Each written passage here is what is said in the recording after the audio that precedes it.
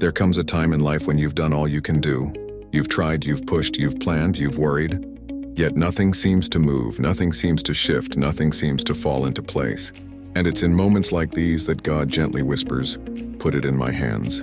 Because the truth is, your strength is limited, but His is limitless.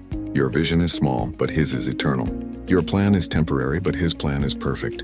We often carry burdens God never designed us to carry. We hold on to stress, fear, confusion, and disappointment, thinking somehow we can figure it out on our own. But life becomes so much lighter when you do the one thing God has been waiting for. Release it. Give it to Him. Place it in His hands. When you put your situation in God's hands, you're not giving up. You're giving it up to Him. You're saying, "Lord, I trust You more than I trust my own timeline, my own understanding, my own way of doing things." Some of you are losing sleep over something God has already promised to handle. Some of you are trying to fix what only God can heal.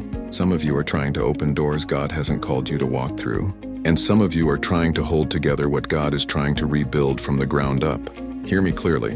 When you place something in God's hands, it can no longer stay broken, because everything God touches and transforms. Everything God holds strengthens. Everything God carries survives. And everything God builds lasts. Think about it. The same hands that created the universe, the same hands that parted the Red Sea, the same hands that healed the sick, lifted the broken, and carried the cross. Those same hands are ready to carry you. So what is it you need to surrender today? Is it your family, your finances, your future, your health, your marriage, your career, your emotions, your fears? God is saying, "My child, place it here, put it in my hands."